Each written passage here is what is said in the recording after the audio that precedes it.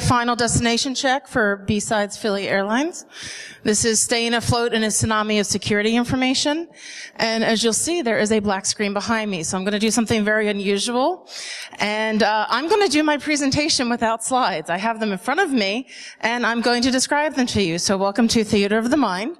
Our tech people are hard at work here, but you came here to learn some stuff, and I'm going to talk you through it. So this is very unusual, so please bear with me. I will make my slides available at the end. So I'm Tracy Maleeff. You may or may not know me from Twitter as InfoSec Sherpa. The reason why I'm here today is because I am new to information security. The reason why I have that strange title for my presentation, Tsunami, is because of this quote by a writer. It was published in the Washington Post on January 13th, 2001. He wrote, "In the nonstop tsunami of global information, librarians provide us with floaties and teach us to swim." And I come to you from the library world. I have a Master of Library and Information Science degree, and I was a librarian at a law firm for 10 years, and before that I worked for QVC and some academic institutions. So what does that mean to you? I know how to find stuff. I know how to make connections. I know how to do the organization of information that you all hate. I have seen some of the spreadsheets security people have sent me, and they're atrocious. I love to organize information. So I'm not trying to tell you how to do your job with this. I'm trying to share my vast experience of some resources that you may not know of and some approaches you may not have thought of. Because again, this is not a technical presentation. I was going to show you, but some of the things I might be talking about, you might think to yourself, oh, I can code a Python script to do the same thing. Okay, well, mazel tov. But, that's not the point. The point of this is to show you that there is some information that is already curated for you and out there, and you don't have to parse through, an ugly CSV to figure out the information. Some of this is already there. So, again, I will post the slides later so you can see all the cool things that I'm talking about.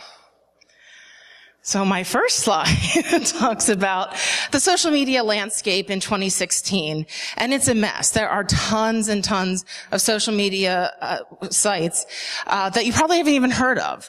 And I wanted to show you this as an example of, for all the sites that you think you know, there's probably about 10 that you didn't know existed. Oh, do we have? Okay. So this particular website called fredcadvaza.net, which is a good resource, and I put a little French flag next to it to remind myself that it's mostly in French. So, si tu lis en français, c'est pas de problème. But if you don't speak French, then that site has pretty pictures. But it's a good resource for social information. They break it down to publishing, sharing, messaging, discussing, collaborating, and networking. So again, if you parse out social media in those ways, that might help connect you with the information that you're trying to find. It's also important to stay on top of what's disappearing. If you've heard of Yik Yak, well, it's kind of dead. No, it was an anonymous, mostly on campus site that most reports I've seen is pretty much gone. Did anybody ever use Peach? It was around for like a week. Anybody? Yeah, it's pretty much like gone. So things come and go, some things stay. But again, just keep in mind that there's more than just like the 5 or 6 that you always hear about. My next slide would talk about leading social networks worldwide as of September 2016, ranked by number of active users. Facebook is way ahead of the pack, way ahead of the pack. And following up our WhatsApp, which I take exception to because I find that as a messenger, not social media per se, but some of the other ones are things like QQ, WeChat. Does that sound familiar to anyone? They are, hopefully they do. They are China-based sites. So again, I have another slide I'll get to in a second, is there are some social media sites based in their own countries that you may not know of. So again, if you're trying to find some specific information and you're not finding it on Facebook or something that's US-based, think to yourself, does that country have its own social media platform that I might not know about? I believe that I'm drawing a blank, but I know that Brazil has one that's popular as well. And the other thing I was going to mention about this is this list here doesn't have Snapchat, Why is that? Well, because Snapchat's creator, owner, founder is a little quirky, and he only insists on reporting number of daily users, while as everybody else plays nice in the sandbox, and they report monthly active users. And that's what you want to look at as a baseline, is what their monthly active users are, MAU. And then there's Snapchat. And the pretty graph that you can't see came to you via Statista, which is a resource I wanted to mention, Statista. It's one of those freemium sites. There's free resources, and then there's the subscription things. And why it's cool, and I have to make this bigger so I can read it, it provides statistics and studies from more than 18,000 sources. So I just did a screenshot of a I selected cyber breach because that was its default that it came up for a search.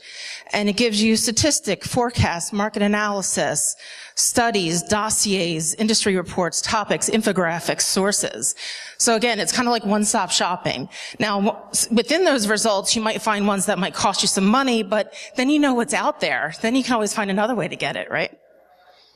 Because you guys are good at doing that. Okay. So my next slide is telling you the most recent results of the top 3 Chinese-based social media sites. So it's Tencent QQ, WeChat, and I always mess up this name, Sina Weibo. If anyone knows how to pronounce it? Okay. Those are the top 3. Tencent QQ has 850 plus million active monthly users. WeChat I wanted to mention because Shiner on Security, you're all familiar with his blog, he actually has a recent blog post about WeChat and some of the functionality of searching it for OSINT. So check that out. Is this working for y'all? Is this doing my best here? So okay, the other thing I wanted to mention is I have this really cool graphic. It's from 2014, but it still pretty much applies today. I'm not sure if you're aware of this. It might make sense after you hear it. You're like, oh yeah, that's why only my mom and her friends are on Facebook. Each social media platform pretty much has a demographic sweet spot. So think of it this way. If you're looking for information and you're not finding it, is that target in the sweet spot of that social media platform? So Snapchat skews the youngest. LinkedIn's kind of skews the oldest. Facebook is, kind of up there too. So again, think about that. Pinterest skews mostly women. So just, think about that. If you're, really trying to find information and you're not finding it, think about those things. Think about location. Think about demographics. Think about who would be using that product that you're searching.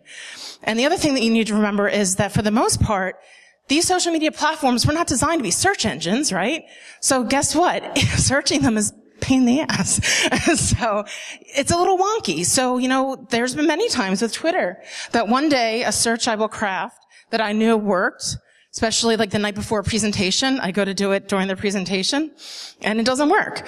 And so you have to double check things. Things change all the time. Twitter is infamous. I swear they know when I'm going to present because they always make major announcements right before I give big presentations where Twitter is integral to that presentation. I need to get in. Change the slide.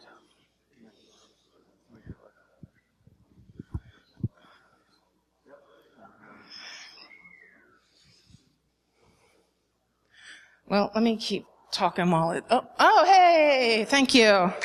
Yes, round of applause, thank you. Hey, here's my pretty graph, like I said. So I haven't found one more recent that I like as much as this one, so I keep using this one. Let me go ahead and finish, and then if I have time, I'll go back to the ones I missed, because I have a lot of slides. Okay. Oh, I hate this slide, but I'm showing it to you for a reason. Just hear me out. I think the slide aesthetically is a good visualization. Somebody decided that these were the benchmark posting times for social media. Now, I disagree, because when I was working in Center City here in Philly, my peak times on social media were in the early morning and the late afternoon when I was on the train. I wouldn't have time to look at Twitter 1 to 3 in the afternoon.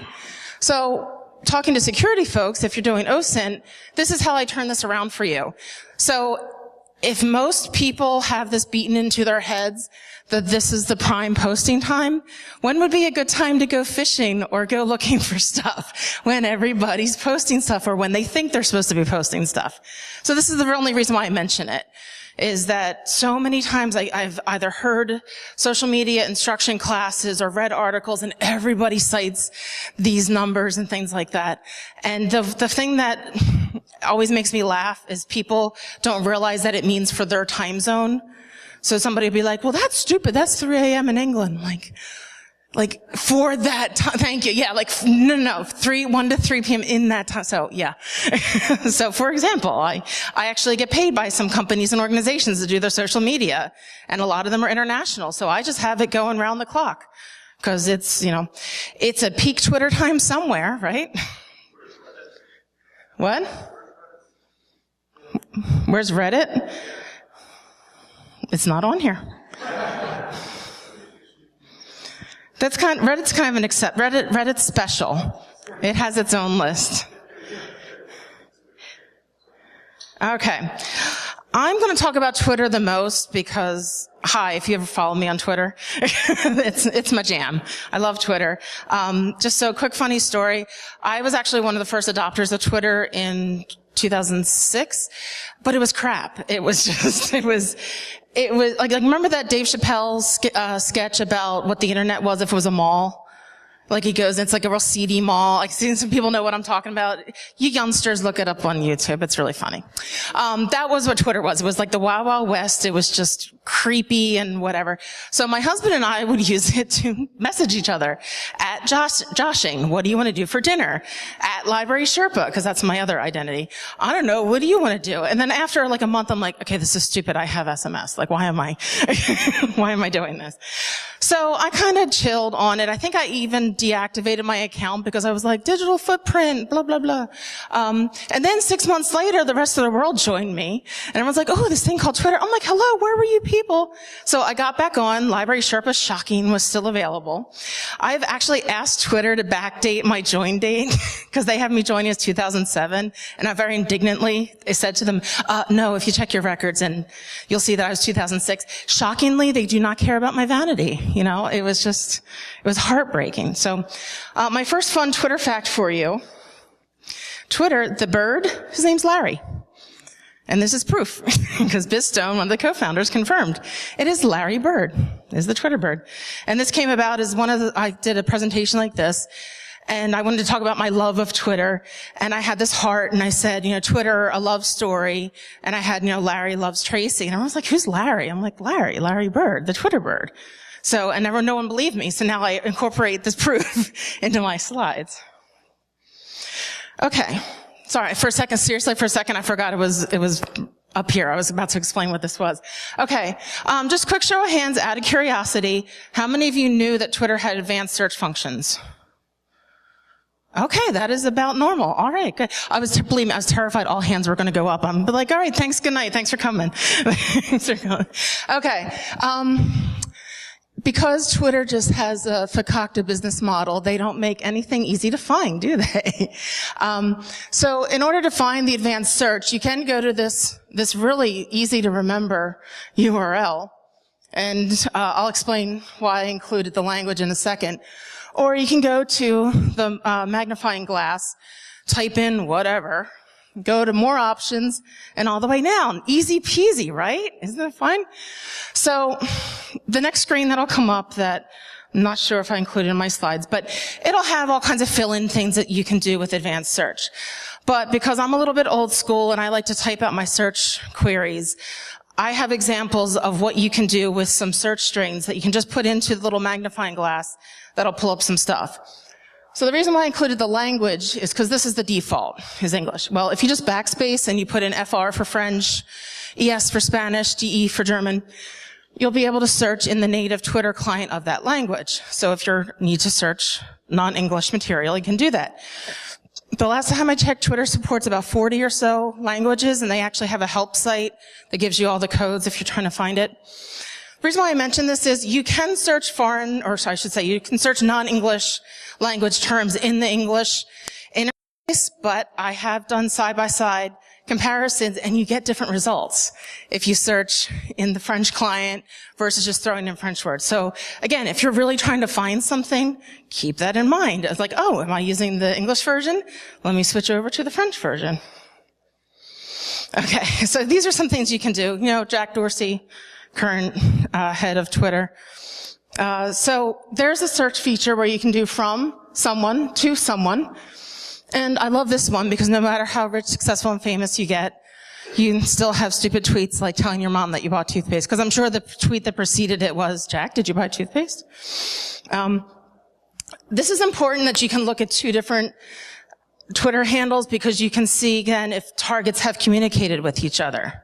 And it's really fun to see things like two companies go at it. There's actually an article of like the 10 best Twitter wars between companies. So you can see if two establishments have gone back and forth. This one I really love. Now remember, I have a law firm background, so anything like litigation and products liability just melts my butter. So what you can do is you can search for tweets that are to an entity with a keyword or from an entity. So if you search to Walmart and use the word defective, Twitter will try to be helpful and be like, did you mean detective? No, I meant defective. So then you're going to have to make sure that you click that to get all the detective results out. And then you'll get some things. And actually, if you try it, so warning, you might actually see pictures of bloody appendages. That's usually what happens when I run that search. People will cut themselves with something at Walmart, and then they'll take a picture, and then they'll tweet it at Walmart, as you do. The most recent one, I think, was a chair that they left behind in a stadium parking lot saying it was defective. So it's just this lonely chair sitting there, like, or you could take it back to the store. Like, what? It's very odd. I like looking at things from companies. What have they sent out? If you don't want to use Ford, for example, or you could also use the ticker symbol. You could do from $F for Ford, and that'll still bring up results. So recall is always a good one. If you have a defect, and there's a reason why you're sensing why I have these two together. If you have a defective product, search to see if the manufacturer posted something about a recall. Ta-da, that's why I put those together. Okay, so I was told ahead of time that the Wi-Fi might be a little spotty, so I didn't really I'm not going to go live and do these, but I'll just kind of explain. Okay, so this crowd will usually get this joke. Most people don't usually laugh when I say this. For any tweets that are geotagged, you're relying on people being stupid enough to keep their geolocation services on their devices enabled, which I'm sure most of you are buried under many layers of VPNs and whatnot. So for those people who, bless their hearts, keep their geotagging on, you can use some features to have tweets that are sent from that area. It can be misleading if it's, say, a New York-based news agency tweeting about another part of the world. So that's why it's good for things like traffic or weather, wildfires. This one I like to use. Lorries is what they call trucks in England. And BL3 is the first 3 characters of a postal code for Bolton, England. I just wanted to show that it works in other countries. And this is also good if you just want to try and find handles. I had a client who said, I want to know all the bakeries in a certain city and what their Twitter handles are, because he was a baker and he wanted to see what his competition was regarding social media. So searched that city, and I used some keywords about bakeries, clicked on accounts, and he got that. One thing I forgot to mention real quick. Okay, Twitter trying to be helpful will always default to top results. You don't want that. It's going to skew your results. It's going to skew promoted things that are heavily favorited, things that are heavily tweeted, things that are people that you know or people that you follow. Click live. Live is going to give you more pure results. And I don't know if you know this, but you can actually search Twitter and do all this stuff without logging in. You don't need to log into Twitter. There are some things you need to do that you need to be logged in, but you can do all this without logging in. Hey, who loves Brian Krebs? If you want to see if any tweets mentioning Krebs had at least 100 retweets, that's how you find it. And if you want to see what Swift on Security is up to, if you want to see if Swift on Security has at least 100 favorites, that's how you search. You find that. If you're trying to eliminate some information, So your keyword is Chelsea. Use the minus London minus Clinton. Now, say you don't want anything about Chelsea football in England, the English Premier League. So you're going to still get tweets about the Chelsea Football Club. You just won't get tweets that mention the word London in them. And then if you want Hilton Hotels, you won't get Paris or Nikki, but you know what that also means? You don't get Paris, France. So it's great to have these disqualifiers, but keep in mind okay, well, what are you eliminating with that? Now, if you put them all together, and I hate to say, I feel bad saying this. This is my favorite search string that I created myself. And it's horrible because it's a gas explosion and people died. And I don't mean the result, but you can throw all these together in one big search string. And my example was, this happened at the law firm, I think that there was some sort of explosion in New York. It was like the end of March sometime, blah, blah, blah. Well, this is good to get things like on-the-spot photos. If you're a journalist or an attorney and maybe want to find a witness for something, what do people do anymore? Hey, something bad's happening. Let me post it. So you can get people, maybe you want to interview someone, maybe you want to use something as evidence. You can use a whole search string and get some really boiled down information. Okay, another show of hands here. Twitter lists. Two-part question. Has anyone at least heard of Twitter lists? Okay, much better. Second part, who actually uses them? Okay, let's not. Okay, so Twitter list. It's basically like a file folder on your desktop that you just look at when you want to. The last time I gave this talk, I had to use a filing cabinet because of the demographic of the audience. But same difference. It's a way to tuck something away. It doesn't show up in your feed. You can add someone to a list, and you go to that list to see their tweets. It doesn't show up in your feed. You do not have to follow someone to add them to a list. Why would you want to look at a list? True story. I was doing a competitive intelligence project for a very large cybersecurity company, and they said to me, we want you to find out who the customers are of this competitor, but we don't want you to spend any money. We'll pay you for your time, but you can't spend any money on resources. So again, coming from the library world, I was like, really? I thought things were different in this industry. No, they weren't. So fortunately, because that's what I was raised on, I was like, all right. So just for kicks, I went to the competitor's Twitter account, went into their profile, looked at their Twitter lists. I kid you not. Customers, potential customers, people to invite to parties, and so on and so forth. Jackpot. So, and someone could argue, whoa, they probably just put it out there as a red herring. No, I really think they're that stupid. I really do. So, of course I saved the URLs, but thinking that someone might wise up and make them private, just screen capped everything. So, you can look at so this is where I get to the difference between public and private lists. You can make a list public, anyone can look at it, anyone can find it. If you make a list, and also with public, someone will be notified that they've been added to that list. So, you don't want that if you're sneaking around. You want to make it private. Because Twitter is always wonky, I highly recommend that you test it first.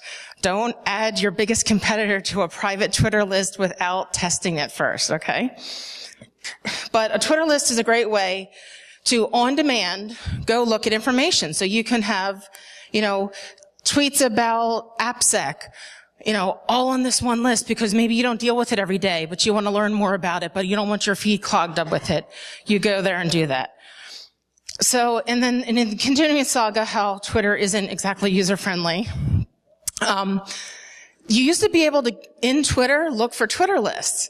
Guess what? You can't do it anymore. They got rid of it literally the night before I was giving a presentation where I was talking about Twitter lists, so thanks. You go to the Googles. Now, you might call this Google dorking or Google hacking. Librarians call it doing their job. So, you could just use some advanced search techniques in Twitter. You want site, Twitter, you want in URL lists, and you'll get all lists. So then you just use either hashtag, no hashtag, whatever term you want. So you can put in whatever search term you want, and you will get a Google result of all the lists on Twitter that are public. And then from there, you go back, you click on it, it'll send you back into Twitter, and then you can follow that list, or poach all the people from that list and do something else with it. So all kinds of cool stuff. And the last stuff I'm going to say about Twitter is, if you need to get some on-demand information, and, there's the Twilert. Trello Hood is a little bit better at zeroing down geographically. I assume you all heard of ZeroFox, whom I always call Firefox. I'm so sorry. ZeroFox. Everyone looks at me like I'm nuts. They have a really good newsletter. So they're they're a Baltimore-based security company. They specialize in social media. Their newsletter is really good, actually. So if you have an interest in social media as it involves security, take a look at their newsletter. Snapper, it was something that they debuted at Black Hat, DEF CON. What's the other one? BSides, Las Vegas, duh. Hello. Awkward. There's a thing called Snapper, that they developed, and it's a Python script that will look at your tweets and then send you a tweet based on what you've sent, so it makes you think that it's a real person who's been following what you've been saying. Like, yeah, I hate that coffee from blah, blah, blah, too. And here, I found a place that you should try instead. And we're like, oh, okay, this person knows me and loves me and is giving me a new coffee place. Click, and then you've been fished. So that is my really technical explanation of what Snapper does.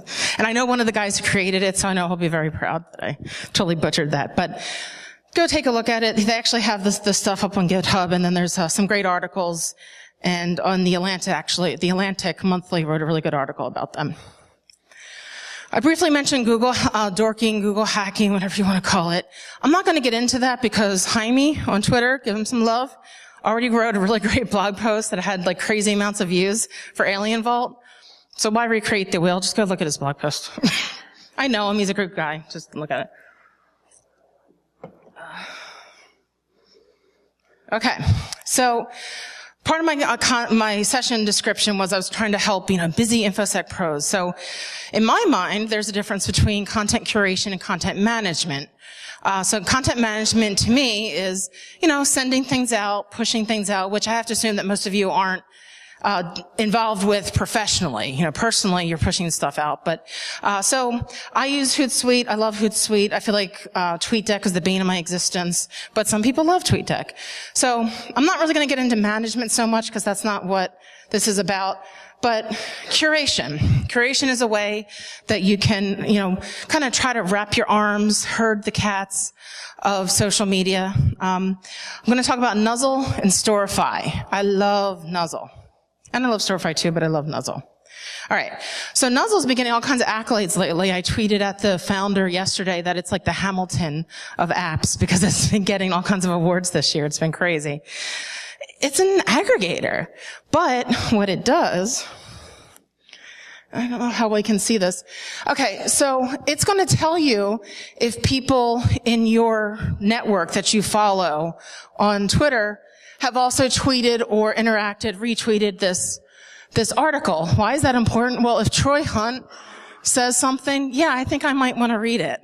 So it's good for competitive intelligence. It's also just good for your own professional development. See who's interacting with what articles. So you go to your homepage on Nuzzle and you see that 25 people that you follow have interacted with a certain article. Yeah, maybe you might want to read it and know what's going on. Like I said, or if you see the industry leaders have interacted with that article, yeah, you might want to read it. So that's a kind of a good, really low maintenance heads up of, hey dummy, you should read this. This is why I love Nuzzle. And they also have a newsletter that you can either set on automatic or you can craft daily, which I do, and you can push articles out. So I do this for my clients. I craft articles that their readers would want to see, and I push it out to Nuzzle, and then they go to their own dashboard and they see things. So it just aggregates news and then it spreads it out, and then it's the social media aspect that you get to see all the connections of who's interacting with what. And it's free. It's free. You can actually look at Nuzzle, some parts of Nuzzle without logging in, but to really get the full functionality, you really need to have a Twitter account. Storify. Does anybody know Storify? No? Okay. But you guys must know Tony, right? DA_667 on Twitter. Okay, so Storify it's an aggregator in a different way. Like the name implies, it's kind of like a patchwork quilt. It gives you the opportunity to literally stitch together tweets so that you can put them in order. So people like Tony often like to tell stories about their InfoSec experience. And I love this graphic because it's like, okay, it's story time. So he'll tell stories. So I think it's about 10 months ago, this said. 10 months ago, he told this great story, and I thought it was really good. And I had the idea of like, you know what? I'm going to want to read this later. Other people will want to read it later because you have to understand, and Tim, librarians love to share, right? We're a sharing industry and community, which was very much of a shock to me when I came into InfoSec, where people don't necessarily like to share so much. But librarians love to share. So I thought to myself, oh, other people would love to see this. So I went in, it didn't take me very long. I stitched together all his tweets, and it reads as a single column, and you go to Storify. And you look at my InfoSec Sherpa feed, and it's there. How else can you do this for OSINT? Put in the topic you're looking for. Chances are somebody's already stitched together a story about it, or a person. If you're trying to find a certain person, it may already be there. So again, it's free. You absolutely have to interact with, you can go to browse it, but again, if you want to create a story, you need to have a Twitter account. Okay, so now this part I can't help with too much because I can't make you go look at your stories later. But if you want to save things to read, I mean, I don't know, if you're like me, I have like 8,000 emails that I send to myself when I'm surfing, and I'm like, oh, I'm going to read this later. And then I send stuff to myself and then I never see it. Well, Pocket helped me with this a little bit. You can just, it's an app that overlays, and you just put it in the Pocket and you read it later. Again, I can't make you go back and read it later, so you might have 10,000 things rack up in your Pocket instead of your email. But it's a great resource. Again, if you're someone who reads a lot of stuff and then wants to retain it or save it later, just download Pocket and save stuff into there. So now I'm going to transition into just resources in general that I used a lot as an information professional that you might not know about, that there's a variety of ways that you could use it. So I'm going to just kind of share these here. Scoop. It's a weird name, great website. It's free. You can go in, and I did a sample search here, so just type for cybersecurity. In one fell swoop, you can get SEC filings, patents, and federal cases. How cool is that? It's a very cool site. It's used most often by journalists. So, beat them to the punch if you're trying to find stuff. But it's a great resource. And like I said, I think there might be some pay options, but for everything I've ever done with it, it's been free. And it's pretty good, because, trying to track down all this, you might need to go to different places, but at least these 3 things you can get from Scoop. This is pretty. This is the library. Specifically, this is the Mechanics Institute in San Francisco. And why I'm going to start with this one is they have a membership for $90 a year. You can use it. Well, you're thinking, okay, great, but I'm in Philadelphia. Well, guess what? They have an online database, and they have access to Hoovers. Hoovers is expensive. If you don't go to Drexel or a university and have access to university resources, people like me who still want all that cool information, how are you going to get it? I don't want to pay $500 or more every time I want to look up a company. I pay $90 a year to use Mechanics Institute to use their Hoovers. It's fantastic. Which brings me to my point, is that don't forget about your library. Shameless plug for libraries. Philadelphia, Free Library of Philadelphia, if you live around here. Last time I checked, if you are a permanent resident of the Commonwealth of Pennsylvania, you can get a library card for the Free Library of Philadelphia. They too have online information. They have Ancestry. Ancestry is good for OSINT, right? So, and your local library might have something as well. Sometimes you may need to be on the premises to use it. Like my local library, I can use Ancestry for free, but I have to go there. Okay, fine, whatever. But you can get access to all kinds of business resources. Another one you may not have thought of is your alma mater. If you graduated from an institution, I know, for example, in my case, Penn State, I get through my alumni association access to a special portal that has access to all the databases. Newsbank that has 10,000 or more publications. So just, think about the resources that are already out there that you may not be using, that you have access to. The only thing that you have to be careful about is, especially like with me being an independent contractor, there may be some use restrictions if you're using it for profit. So, check before you use stuff, because I'm also big on, I'm kind of veering towards compliance. So I'm big on like following copyright rules and permissible use and things like that. So, but yeah, it's something that you may not have thought of. Another resource you may not have thought of is your tax dollars at work, provided you pay taxes in the U.S. So, we have how many government agencies? Well, they're all at USA.gov, one-stop shopping, rather than like throw into Google, like, what's the name of that department of whatever with trees or whatever. You can just go to USA.gov and see what all the offerings are, because there's all kinds of material available. Quick story about when I was at the law firm. I had a bill come in for these books that were $1,000 each. And I went to the library and I was like, I want to see what a $1,000 book looks like. It was this big, thick book. I was leafing through the book, and because of my library knowledge superpowers, I was like, oh, God damn it, this is free online. This is all government material. 3/4 of that book was available for free online through the government.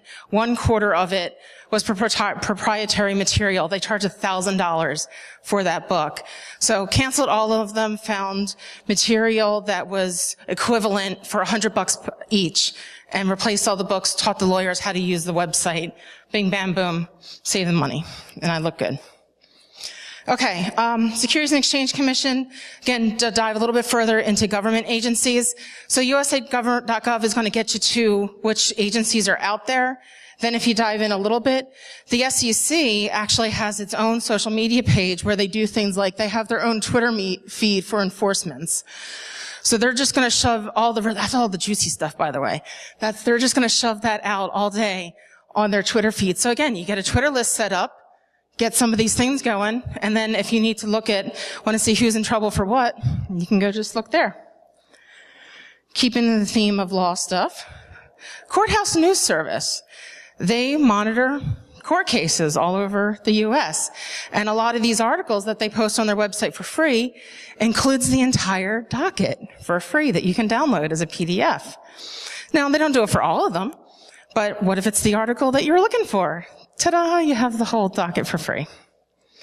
Which then brings me to PACER.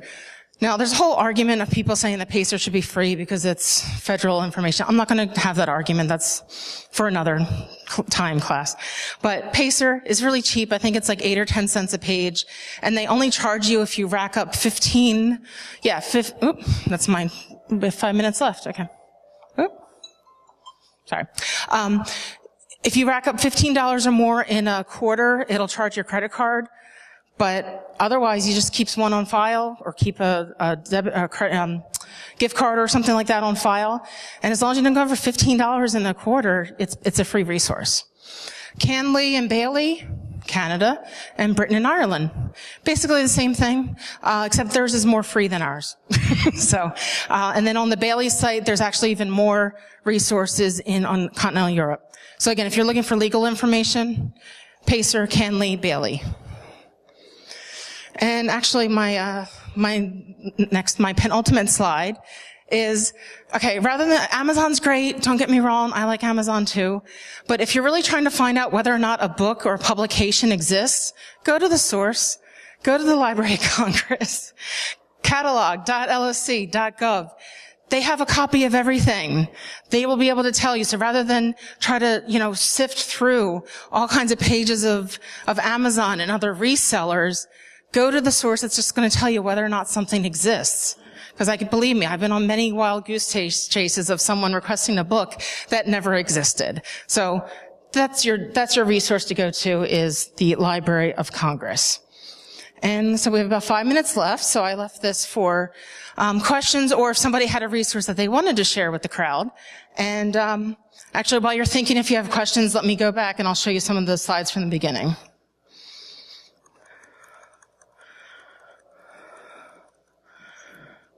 Okay, so that's my pretty first slide.